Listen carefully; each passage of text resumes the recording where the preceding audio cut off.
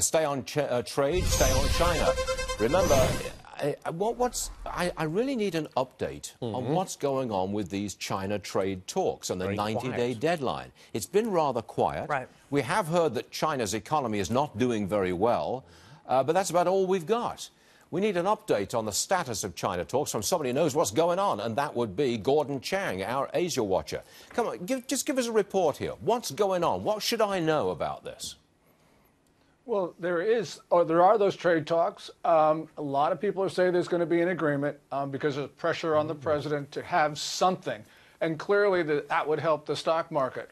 But the Chinese economy right now, I think, puts a lot of pressure on the Chinese to come to terms with the U.S. because we're seeing some pretty dreadful numbers coming out. They're underperforming already low expectations. And Stuart, this is a really bad indicator. The National Bureau of Statistics in Beijing told Guangdong province not to produce its Purchasing Managers Index. What they're trying to do is centrally control the flow of economic information. That's never a good sign. China's really in trouble. And that gives us leverage over China, but it doesn't solve the problem of saving face.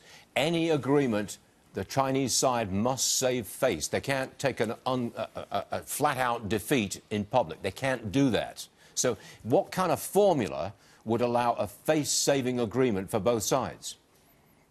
Yeah, I don't know if there is, because Xi Jinping, the Chinese ruler, now owns this trade dispute with the U.S. He's basically taken power from everybody, which means that he is responsible for everything that goes wrong. And 2018 has been a pretty bad year for him. So I think that he pretty much believes that he's got to humiliate the United States in order to contain his enemies. And so that means for him, he's really got to put the hard word on Trump. I don't think that there is a face-saving way for both sides. I think Xi Jinping believes he's just got to win. But he could put a face-saving maneuver on the surface by going after President Trump, but agreeing to something privately and quietly that would satisfy Mr. Trump. I mean, the elements of a deal, there's enough pressure on both sides for a deal of some sort to emerge. Is that what you're telling us?